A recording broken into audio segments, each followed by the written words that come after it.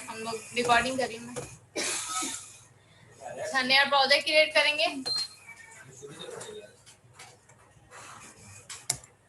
Web पे जाएंगे, web पे जाने के बाद आप क्रिएट करोगे ASP.NET वेब एप्लीकेशन, और मैं इसकी लोकेशन चेंज कर देती हूँ।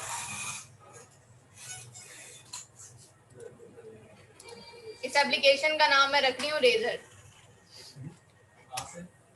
बताती हूँ इसका रीजन भी, बताती हूँ क्यों रख रहा है। ठीक है, उसके बाद आप यहाँ पे चूज करोगे एम्पटी, और एम्पटी के बाद मैं यहाँ से यूज करूंगी एमएससी। ठीक है, तो आपका ASP.NET की एप्लीकेशन क्रिएट होगी, और किस फ्रेमवर्क के ऊपर होगी? एमएससी फ्रेमवर्क के ऊपर होगी।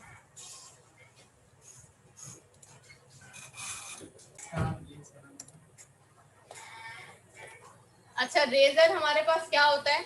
Razor is not a programming language, it's a server side markup language. What is razor?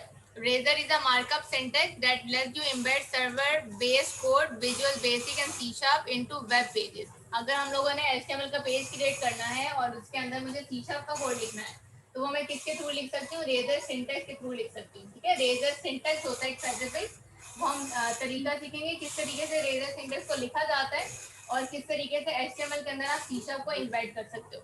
ठीक है,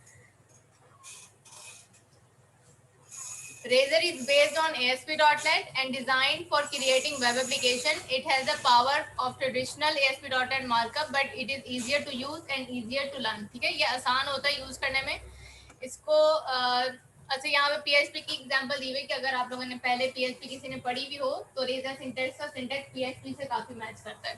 ठीक है, तो खैर यहाँ पे एक यूएल बनी हुई है, यूएल के बाद एक एलआई बनी हुई है। ठीक है, जब भी आप लोगों ने रेजर सिंटैक्स यूज करना है, तो उसके लिए आपको @ यूज करना पड़ेगा। जब भी HTML के पेज के अंदर C# का कोड लिखना स्टार्ट करना है, तो स्टार्ट करने से पहले आप @ लगाओगे। अगर सिर्फ एक ही लाइन लिख रहे हो, तो @ लगा के वो काम कर सकते हैं।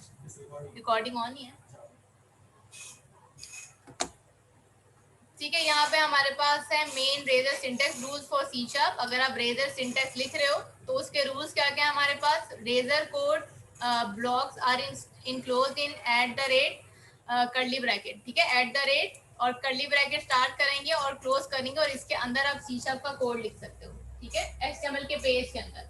ठीक है, inline expression, variables and function start with @ अगर आप वेरिएबल्स बना रहे हो या फंक्शंस बना रहे हो, तो उससे पहले आप @ का साइन लगाओगे। ये सारे एग्जांपल्स करेंगे अभी हम। Code statement and with semicolon, अगर आप कर्ली ब्रैकेट के अंदर C# का कोड लिख रहे हो, तो जैसे आप C# का कोड लिखते हो ना कि वेरिएबल क्रिएट कर दिया और एंड में सेमीकोलन लगाते हो, बिल्कुल वैसे यहाँ पर भी आपको सेमीकोलन लगाना है। ठीक है,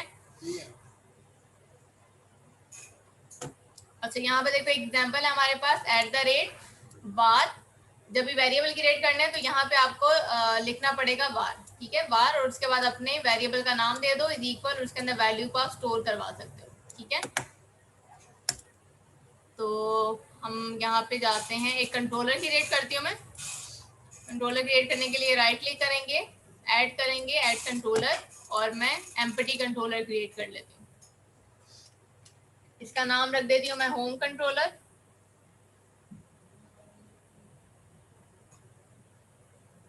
ठीक है, अब इंडेक्स का मैं व्यू क्रिएट करूंगी। यहाँ पे किसी को कोई कंफ्यूजन तो नहीं कि कंट्रोलर क्यों बनाता है, व्यू क्यों बनाता है? क्या कंफ्यूजन है यार?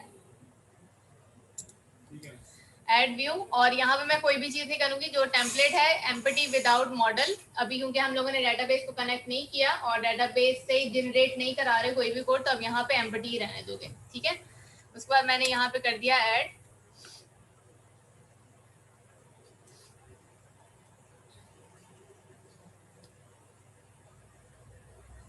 इसके लिए जितने भी पैकेजेस चाहिए होंगे वो ऑटोमेटिकली इसको इंस्टॉल कर देगा। ठीक है, अब ये आपका व्यू बन चुका है। ये आपके पास मेथड है कंट्रोलर का, होम कंट्रोलर है उसका मेथड है, और इस मेथड का ये व्यू है। ठीक है, मैंने पहले बताया था कि अपनी ASP.NET वेब एप्लीकेशन के अंदर जब भी आपको एक पेज क्रिएट करना है, तो आप पेज किस तरीके से क्रिएट करोगे? पहले एक कंट्रोलर बनाओगे, उस कंट्रोलर के अंदर जितने भी पेजेस बनाने हैं, फॉर एग्जांपल मुझे एक वेबसाइट क्रिएट करनी है ASP.NET के ऊपर, तो उसके लिए मैं एक कंट्रोलर बनाऊंगी। एक कंट्रोलर के अंदर अगर मुझे 5 पेजेस बनाने हैं, होम का पेज बनाना है, अबाउट का, कॉन्टैक्ट का, गैलरी का, पोर्टफोलियो का, तो उसके लिए मैं 5 मेथड्स क्रिएट करूंगी। ठीक है, और फिर 500 मेथड की व्यूज बनाऊंगी, और जो व्यू होते हैं वो बेसिकली डिस्प्ले होते हैं आपकी एज अ वेबसाइट, ठीक है। तो इस वजह से मैंने यहाँ पे एक बाय डिफॉल्ट एक मेथड ऑलरेडी बन जाता है, इसका मैंने व्यू क्रिएट किया, तो ये आपका सबसे पहला पेज बाय डिफॉल्ट ओपन होगा, ठीक है, क्योंकि ये इंडेक्स मेथड है। अब यहाँ पे देखो लिखा हुआ है @ कर्ली ब्रैकेट, स्टार्ट किया हुआ है, एंड किया हुआ है, और यहाँ पर लिखा हुआ है view back dot title. View back मैं बताती हूँ बाद में व्यू बैक क्या होता है हमारे पास। और देखो इसके अंदर यहाँ पे h2 लिखी हुई है, ठीक है। अब मुझे इसके अंदर एक वेरिएबल क्रिएट करना है, तो मैं वेरिएबल कैसे क्रिएट करूंगी, मैं यहाँ पे लिखती हूँ @ कर्ली ब्रैकेट, ओपनिंग और क्लोजिंग ब्रैकेट आ जाएगा, तो मैं थोड़ा सा बड़ा कर देती हूँ, और यहाँ पे मैं लिखती हूँ बार, और मैं लिख देती हूँ माय मैसेज, ठीक है, और इसको वैल्यू दे देती हूँ मैं हेलो वर्ल्ड, ठीक है। इस तरीके से मैंने वेरिएबल जो है वो डिक्लेयर कर दिया, उसको वेरिएबल को कोई वैल्यू असाइन कर दिया। अगर आपने ये वेरिएबल प्रिंट कराना है, तो फॉर एग्जांपल मुझे प्रिंट कराना है h3 के अंदर प्रिंट कराना है, ठीक है। अब h3 के अंदर मुझे बताना है कि इस वेरिएबल की वैल्यू प्रिंट कर दो, तो मैं यहाँ पे वेरिएबल का नाम बताऊंगी, ठीक है। जब भी वेरिएबल का नाम बता दो उसका क्या मतलब होता है, उसकी वैल्यू, ठीक है। तो मैं यहाँ पर लिख देती हूँ माई मैसेज इज, और मैं लगाऊंगी @ क्योंकि जब भी आपने वेरिएबल का नाम लिखना है C# का, तो पहला क्या करोगे, ऐड का साइन लगाओगे, ठीक है। उसके बाद अपने वेरिएबल का नाम बता दो, ये ऑटोमेटिकली आपको शो भी करा देगा माय मैसेज। तो मैंने यहाँ पे शो करा दिया माय मैसेज, ठीक है। अब आप इसको यहाँ से स्टार्ट कर सकते हो चेक करने के लिए।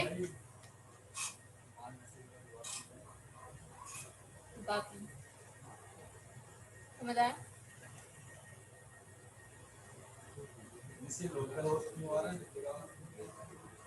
सर्वर साइड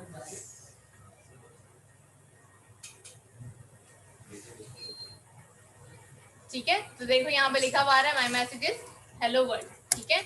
वेरिएबल्स क्या होते हैं, आई होप कि आज मुझे दोबारा से वेरिएबल के ऊपर न लड़ना पड़े। क्या होते हैं वेरिएबल, जिसमें डाटा स्टोर कर सकते हो, ठीक है। फॉर एग्जाम्पल जैसे ये रूम है, इस रूम अगर मुझे कहीं पे स्टूडेंट बिठाने हैं, तो उसके लिए मुझे एक रूम भी चाहिए, ठीक है। इसी तरीके से अगर मुझे कोई डाटा स्टोर करना है, तो उसके लिए मुझे एक वेरिएबल बनाना पड़ेगा। अब ये जो हेलो मैसेज है, इसको मैं स्टोर कराना चाहती हूँ कहीं पे, तो उसके लिए मैंने एक वेरिएबल क्रिएट किया, ठीक है।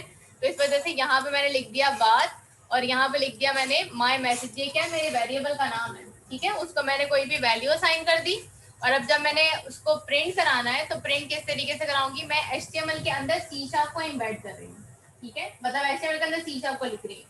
तो मैंने यहाँ पे h3 का टैग लिया, मैंने लिखा माय मैसेजेस, ये तो एज इट इज ही प्रिंट होगा जैसे HTML के अंदर होता है, ठीक है। उसके बाद मैंने रेफरेंस दे दिया कि ये मेरे पास C# के अंदर वेरिएबल है, ठीक है। तो मैं यहाँ पे लगाऊंगी @ और वेरिएबल का नाम लिख दूंगी, ठीक है। इसको क्या बोलते हैं, ये रेजर सिंटैक्स होता है।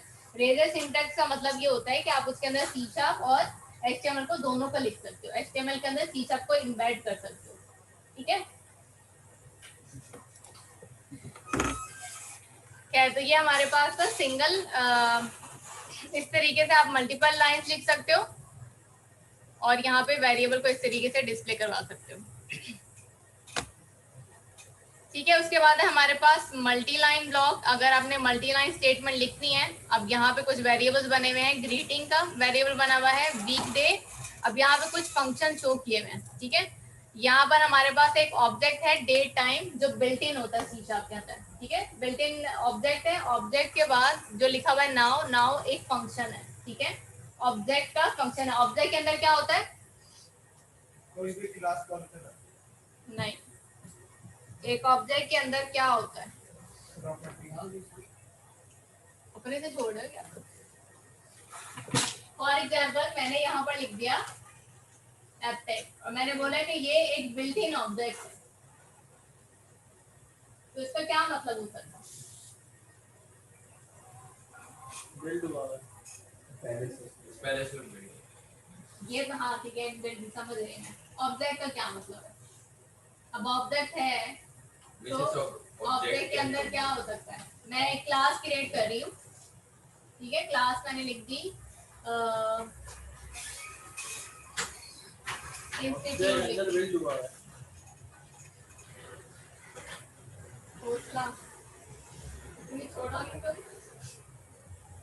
ये मेरी क्लास है, ठीक है, और क्लास स्ट्रिंग स्टूडेंट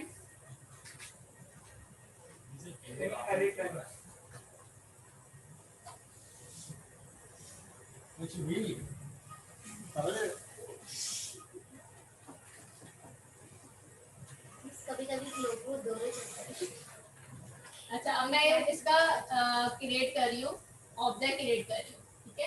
इंस्टीट्यूट एफटेक इज इक्वल टू न्यू, इसमें से ऑब्जेक्ट क्या है? एफटेक क्या है? ऑब्जेक्ट है, ठीक है। किस क्लास का ऑब्जेक्ट है? इंस्टीट्यूट का, ठीक है। अब अगर मैं कह रही हूँ ऑब्जेक्ट, तो ये ऑब्जेक्ट, इस ऑब्जेक्ट के अंदर क्या क्या चीजें पड़ी हुई हैं? नहीं, ये मैंने जो क्लास क्रिएट की, क्लास के अंदर बताओ। स्टूडेंट्स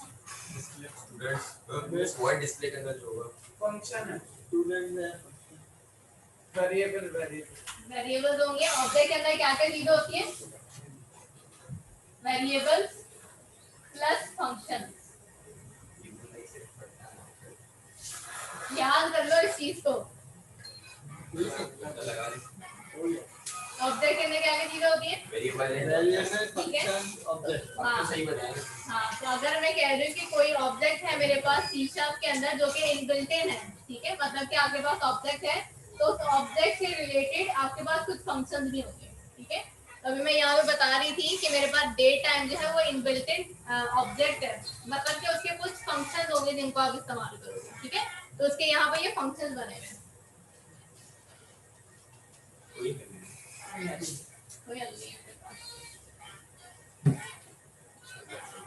एक और सब्जेक्ट है वो दिखाएगा।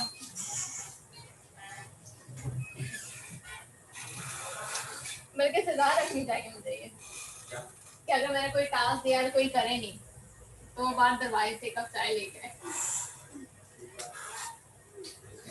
दरबारी बंद है, कोई और काम कर लेंगे। अच्छा देखो, यहाँ पे एक वेरिएबल बना देते हैं हम लोग ग्रीटिंग का, ठीक है। तो मैं यहाँ पे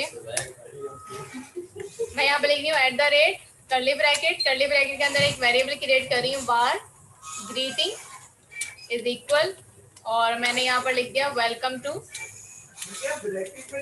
माय पेज। क्या ये मैं वेरिएबल नहीं क्रिएट कर रही हूँ, ये मैं स्कोप बता रही हूँ कि यहाँ से सी शार्प का स्कोप स्टार्ट हो रहा है, ठीक है, यहाँ से स्टार्ट हो रहा है, यहाँ पे एंड हो जाएगा, ठीक है। जब भी मुझे सी शार्प का कोड लिखना है तो उसके लिए मुझे @ लगाना है। अगर मुझे एक लाइन लिखनी है, रुक जाओ, अगर मुझे एक लाइन लिखनी है तो मैं सिर्फ @ लगाऊंगी। अगर मुझे मल्टी लाइन लिखनी है तो उसके लिए मैं ब्रैकेट ओपन भी करूंगी और क्लोज भी करूंगी, ठीक है। मैं तो ऊपर वाले में नहीं कर सकते, तो अपना ये इससे ऊपर जो ये इसमें भी तो बना इसमें भी कर सकते हो, कोई मसला नहीं है, आपकी चॉइस है। ऐसा कुछ नहीं है कि आप एक के अंदर नहीं कर सकते या आपको 2-3 अलग अलग बनाने पड़ेंगे, आपकी चॉइस है, ठीक है, आप कर सकते हो। क्या यहाँ पे मैंने एक वेरिएबल क्रिएट किया ग्रीटिंग के नाम से। अब मैं यहाँ पर एक वेरिएबल बना देती हूँ बार डेट इज इक्वल। अब इसके अंदर मैं बिल्ट इन ऑब्जेक्ट यूज करूंगी। ऑब्जेक्ट है मेरे पास डेट टाइम, अच्छा वीक डे है ये, मैं यहाँ पे लिख देती हूँ वीक डे,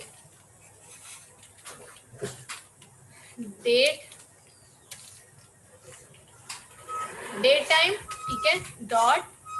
अब इसके अंदर मुझे क्या चीजें निकालनी है, नाउ, फिलहाल का वक्त क्या है मेरे पास, मैंने यहाँ पर लिख दिया नाउ डॉट, और उसके बाद आप कौन सी चीज जानना चाहते हो, डेज है, एट डेज, आवर्स, मिली सेकेंड्स, तो मुझे यहाँ पे चाहिए डे ऑफ वीक, ठीक है, डे ऑफ वीक वाला फंक्शन है, ठीक है। अच्छा, अब यहाँ पे मैं एक और वेरिएबल क्रिएट कर रही हूँ वार, और इसका नाम लिख देती हूँ मैसेज, लिख देती हूँ, ठीक है, इज इक्वल, और यहाँ पर लिख दूंगी, पहले डिस्प्ले करा दूंगी ग्रीटिंग प्लस, और इसके अंदर मैं कोई भी लाइन लिख सकती हूँ, और लाइन यहाँ पे क्या लिखी हुई थी, here in Houston it is और जो भी वीकडे होगा उसका नाम ऑटोमेटिकली आ जाएगा फंक्शन की वजह से। तो मैं यहाँ पर लिख देती हूँ here in Karachi it is, और आपकी जो वीक डे है वो कहाँ पे पड़ा हुआ है, वीक डे वेरिएबल के अंदर पड़ा हुआ है। ठीक है, मैंने इसको कॉपी करके यहाँ पे पेस्ट कर दिया। ठीक है, एक वेरिएबल क्रिएट किया है मैंने ग्रीटिंग का, और उसके बाद उसके अंदर मैंने एक वैल्यू स्टोर कर दी। वैल्यू क्या स्टोर किया, वेलकम टू माय पेज, एक स्ट्रिंग वैल्यू जो है वो मैंने स्टोर कर दिया। नहीं आ रहा समझ? अच्छा, मुझे तो जल्दी नहीं आएगा ना, मैंने अभी लगवाई भी नहीं है इसमें। अब 2 मिनट बाद आके ले जाएंगे, या वो खड़ी हो सकती है 2 मिनट, जल्दी जल्दी से अटेंड करो।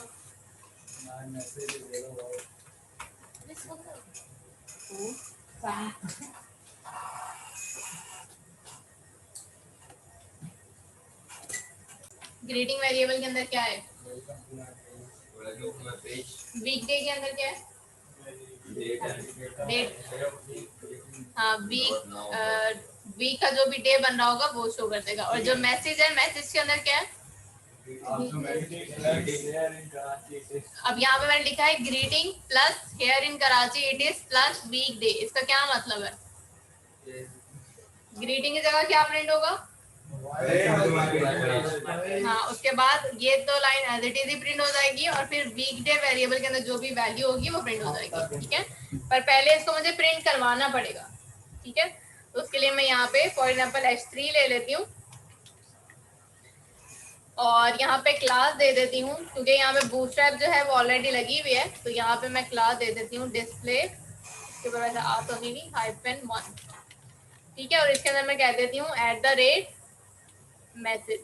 ठीक है, अगर मुझे सिंगल लाइन C# का कोड लिखना है तो मुझे उसका स्कोप बताने की जरूरत नहीं है। स्कोप बताने के लिए आपको कर्ली ब्रैकेट यूज करने पड़ते हैं। अगर आपको एक ही लाइन लिखनी है या एक वेरिएबल डिस्प्ले कराना है तो आप बस @ लगाओगे और मैसेज जो भी वेरिएबल का नाम है वो लिख दोगे। ठीक है, अब मैं इसको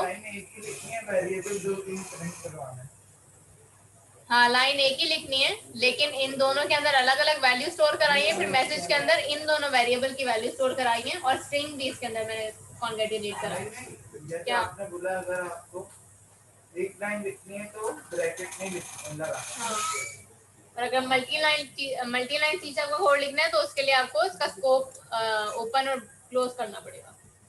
ठीक है, अब खैर मैं इसको स्टार्ट करती हूँ। कर लो बातें, इसमें बात कर नहीं रहा तो सुनना।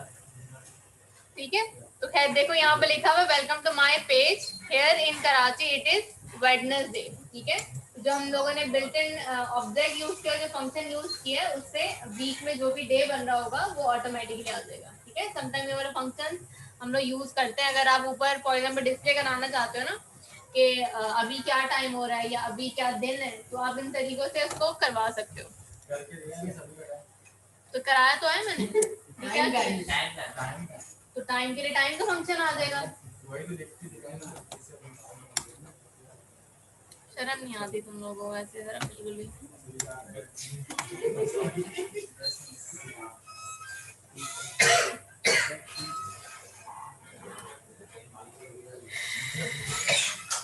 अच्छा देखो, यहाँ पे आपके पास फुल एग्जांपल है।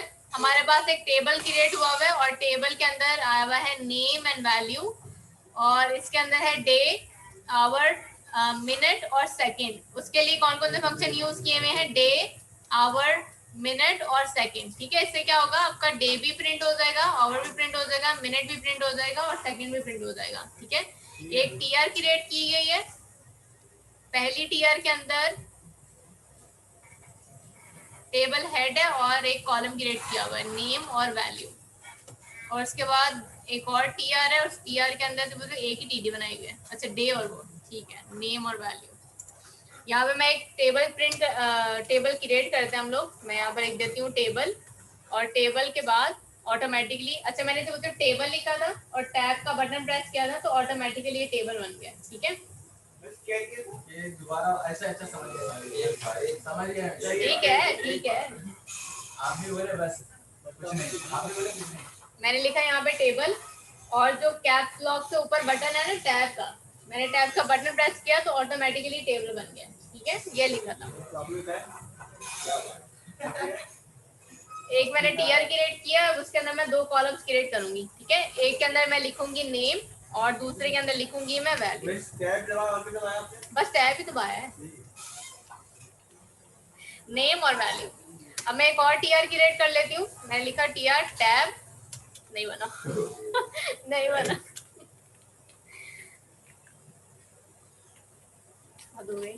ठीक है। तो क्या अब इस टीआर के अंदर 2 टीडीसी क्रिएट कर लूंगी मैं, और पहले के अंदर मैं लिख देती हूँ डे। अब डे के लिए मैं क्या करूंगी, यहाँ पर यही वाला फंक्शन यूज करूंगी, डेट टाइम ऑब्जेक्ट, और उसका फंक्शन यूज करूंगी। मैं इसको कॉपी कर लेती हूँ और कॉपी करने के बाद वैल्यू की जगह पेस्ट कर दूंगी। अब क्योंकि ये सी शार्प का कोड है तो ये एज इट इज प्रिंट हो जाएगा। अगर मैंने लिखा ना day time dot now dot day of week, तो वो उसको टेक्स्ट मानेगा, लेकिन सी शार्प नहीं मानेगा। अगर आप सी शार्प आप चाहते हो कि वो सी शार्प को एक्सेप्ट करे, तो आप उसके लिए क्या करोगे, यहाँ पे @ का साइन लगा दोगे। ठीक है, तो फिर ये इनबिल्ट इन फंक्शन बन जाएगा और ये उसके फंक्शंस ऑटोमेटिकली बन जाएंगे। अब यहाँ पे अगर डे लिखवाना है तो मैं यहाँ पे सिर्फ डे का फंक्शन इस्तेमाल करूंगी। ठीक है, अब मैंने इसको किया कॉपी, और कॉपी करने के बाद पेस्ट कर देती हूँ। एक था मेरे पास डे, ओवर था मिनट और सेकंड, यहाँ पे लिख देती हूँ मैं ओवर,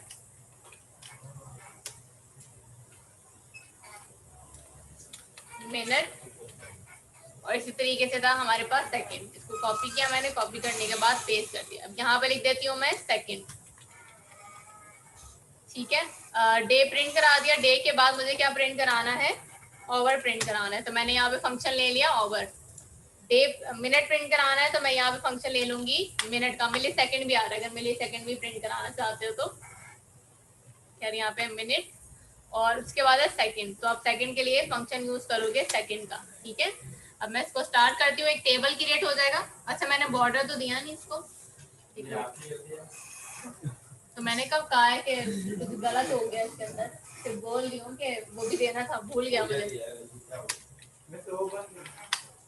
वो रिफ्रेश कर लूंगी मैं उसको। क्लास, और इसको कलर दे देती हूँ मैं डीजी डार्क। ये पूरे डार्क हो जाएगा ना फिर तो टेबल ना। बॉर्डर डार्क नहीं मैं ये नहीं देती, मैं इस टीआर को क्लास दे देती हूँ, पहली टीआर को क्लास डीजी डार्क, और टेक्स्ट वाइट कर देती हूँ मैं, टेक्स्ट वाइट। ठीक है, टेक्स्ट जो होगा वो आपका व्हाइट कलर का हो जाएगा, जो बैकग्राउंड होगा वो डार्क कलर का हो जाएगा। ठीक है, अब ये टेबल मेरा खुला था, मैं इसको कर देती हूँ रिफ्रेश, तो ये आपका टेबल बना है। खैर ये बूस्टर वाला टेबल नहीं है। खैर नेम और वैल्यू है, डे कौन सा चल रहा है 10th, और कितने आवर हुए हैं 3, मिनट्स कितने हुए हैं 3, और सेकंड्स कितने हुए हैं 27। अपडेट ये आ रहा है ना, यहाँ पे जो आपका यहाँ पे टाइम आ रहा है ना उसके हिसाब से आ रहा है। देखते हैं रिफ्रेश करके,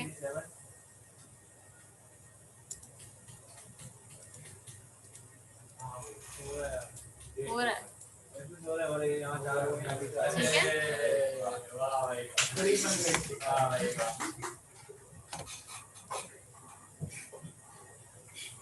अच्छा फॉर एग्जांपल मुझे इफ एल्स लिखना है, इफ एल्स कंडीशन लिखनी है इसके अंदर, तो किस तरीके से हम लिख सकते हैं, वही मैंने जैसे बताया था, स्कोप आपको स्टार्ट करना पड़ेगा @ कर्ली ब्रैकेट, और उसके अंदर इफ एल्स की स्टेटमेंट को आप लोग लिख सकते हो। ठीक है, तो यहाँ पे आवर गेट किया हुआ है कि अगर आवर जो है वो बड़े हैं 12 से, तो क्या प्रिंट कर दो गुड इवनिंग। टेक्स्ट के अंदर वैल्यू दे दी है उन्होंने, वैल्यू असाइन कर दिया है, और एल्स गुड मॉर्निंग। ठीक है, इसको हम लोग बंद कर देते हैं कमेंट के अंदर। यहाँ तक क्लियर है सबको? हाँ थोड़ा बहुत, इतने पे ही रहना तुम लोग, थोड़े बहुत। अच्छा इसको मुझे कमेंट से बंद करना पड़ेगा, जैसे सी शार्प के अंदर आप कमेंट से बंद करते हो। ठीक है, अदरवाइज वो बंद नहीं होंगे। सेलेक्ट करके ठीक है। अच्छा अब यहाँ पे मैं लिख रही हूँ @ कर्ली ब्रैकेट और इसके अंदर एक वेरिएबल क्रिएट कर रही हूँ var txt इज इक्वल और उसको नल वैल्यू असाइन कर रही हूँ। ठीक है, उसको मैंने कोई भी वैल्यू असाइन नहीं की। अब इसके अंदर मैं इफ एल्स को यूज करूंगी। मैंने लिखा इफ टैब और यहाँ पे आप कंडीशन बता सकते हो। कंडीशन मुझे कौन सी देनी है, ये आवर वाली देनी है। ठीक है, मैंने इसको यहाँ से कर लिया कॉपी और कॉपी करने के बाद इफ कंडीशन के अंदर पेस्ट कर दिया। मैंने बोला कि अगर ये बड़ी है 12 से तो जो मेरे पास वेरिएबल है txt उसको एक वैल्यू असाइन कर दो। कौन सी वैल्यू असाइन कर दो, गुड इवनिंग की। ठीक है, अदरवाइज txt को क्या वैल्यू असाइन कर दो, गुड मॉर्निंग। यहाँ तक क्लियर है सबको। अब मुझे इसको प्रिंट कराना है कि अभी गुड इवनिंग चल रहा है, यहाँ पे गुड मॉर्निंग जो भी वो मैसेज प्रिंट कराना है। तो इस मैसेज को मैं किस तरीके से प्रिंट करवा सकती हूँ, और इसमें किस तरीके से प्रिंट करा सकती हूँ। मुझे लिखवाना है जो भी अभी टाइम है उसके हिसाब से मुझे या तो गुड मॉर्निंग प्रिंट कराना है या गुड इवनिंग प्रिंट कराना है। तो वो मैं किस तरीके से प्रिंट करवा सकती हूँ, आरिफ बताएगा। पता है तुम्हें, पढ़ो तो सही। नहीं पता ना, मैं तुम रीड करो क्या लिखा है मैंने। और तुम जानबूझ के रीड नहीं करोगे ना, समझ ही नहीं आ रहा क्या लिखा हुआ है।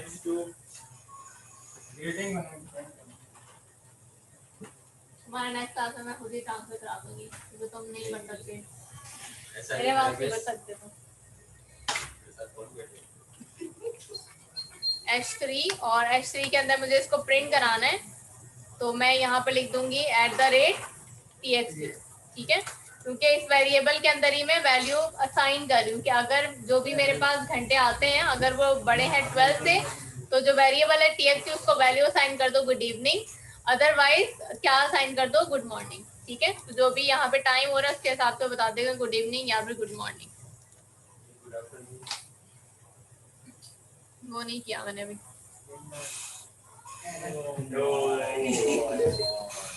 अब मुझे बताओ एरर क्या आ रहा है यहाँ पे। लाइन नंबर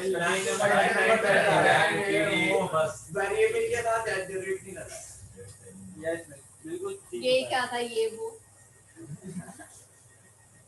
क्या एरर आ रहा है। कोड खोले हम बताइए आपको। तुम ही बताओ। लाइन नंबर 39 हाँ 39 पर और फिर 39 पर क्यों आ गया। अच्छा डेट के बाद ये है इसके ऊपर जितने भी एक्टर आ रहे हैं।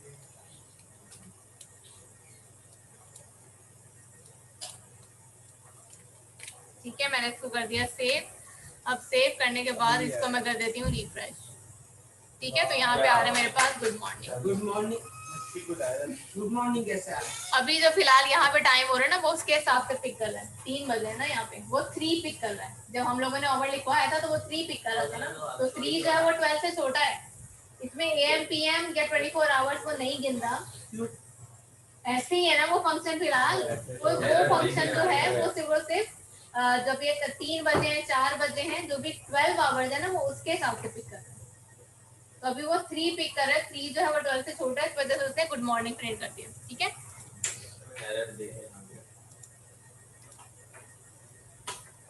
अच्छा फॉर एग्जांपल कि मैंने कोई फॉर्म क्रिएट किया है और मैं फॉर्म से यूजर से कोई वैल्यू गेट कर रही हूँ, उसके बाद कोई काम कर रही हूँ नहीं। अगर मुझे यूजर से कोई वैल्यू गेट करनी है तो उसके लिए हमारे पास यहाँ पे फंक्शन है रिक्वेस्ट के नाम का। ठीक है, reading user input. Another important feature of dynamic web pages is that you can read user input. Input is read by the request square bracket function and posting input is tested by is post condition. ठीक है, यहाँ पे शीशम का scope जो है वो start किया हुआ है और यहाँ पे एक मैसेज क्रिएट किया हुआ है बार टोटल मैसेज। और यहाँ पर अगर आपको टेस्ट करना है, ठीक है, तो उसके लिए आपको यहाँ पे क्या करना पड़ेगा, इस पोस्ट कंडीशन लगानी पड़ेगी। ठीक है, कर्ली ब्रैकेट क्या वार कोई डाटा टाइप नहीं है, सी शार्प की स्पेशल टाइप है। अगर हम किसी के साथ वार यूज करते हैं तो उसकी डाटा टाइप वो खुद ब खुद आइडेंटिफाई करता है। अगर मैं इसके अंदर कोई नंबर लिखूंगी तो वो इंटीजर मानेगा उसको, अगर मैं कोई स्ट्रिंग लिखूंगी तो वो उसको स्ट्रिंग मानेगा। ठीक है। अच्छा यहाँ पे पहले देखो कि यहाँ पे HTML से एक फॉर्म क्रिएट हुआ है। ठीक है। और यहाँ पे फॉर्म क्रिएट हुआ और यहाँ पे मेथड आपको बताना है पोस्ट। ठीक है। वैसे हम लोग ये वाला इस तरीके से काम नहीं करते जब ASP.NET के अंदर काम करें, लेकिन रेजर सिंटैक्स सीख रहे हैं। ठीक है। फॉर्म जो है वो अलग तरीके से क्रिएट करेंगे और क्योंकि हमें मॉडल के साथ उसको बाइंड करना पड़ता है तो उस तरीके को हम ज्यादा यूज करते हैं। ठीक है। तो खैर यहाँ पे ये वाला भी तरीका सीख लेते हैं। अब यहाँ पे लेबल बना हुआ है और लेबल के अंदर लिखा हुआ है फर्स्ट नेम, इनपुट फील्ड बनी हुई है और इनपुट फील्ड को यहाँ पे नाम दिया हुआ है text1। ठीक है। इसी तरीके से एक और इनपुट फील्ड बनी हुई है और उसका नाम दिया हुआ है 2 और यहाँ पे सबमिट बटन क्रिएट हुआ है और जो भी यहाँ पे क्या चीज कराई हुई है, नंबर 1 और नंबर 2 को प्लस कराया हुआ है। ठीक है। सम करवाया हुआ है 2 नंबर्स का और उसको प्रिंट कराया हुआ है। तो उसके लिए यहाँ पे हम लोग वेरिएबल्स क्रिएट कर लेते हैं। सॉरी, पहले इसको मैं कमेंट में बंद कर देती हूँ।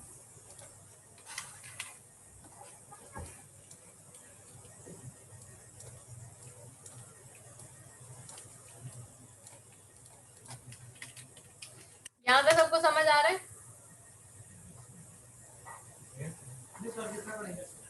क्यों? ये तो समझ क्यों? गया। बिल्कुल भी नहीं आया समझ में ये बात। फॉर्म से बना ये नहीं आया सेपरेट कुछ नहीं है। वो आ गया। चलो जितना समझ आया वो करो।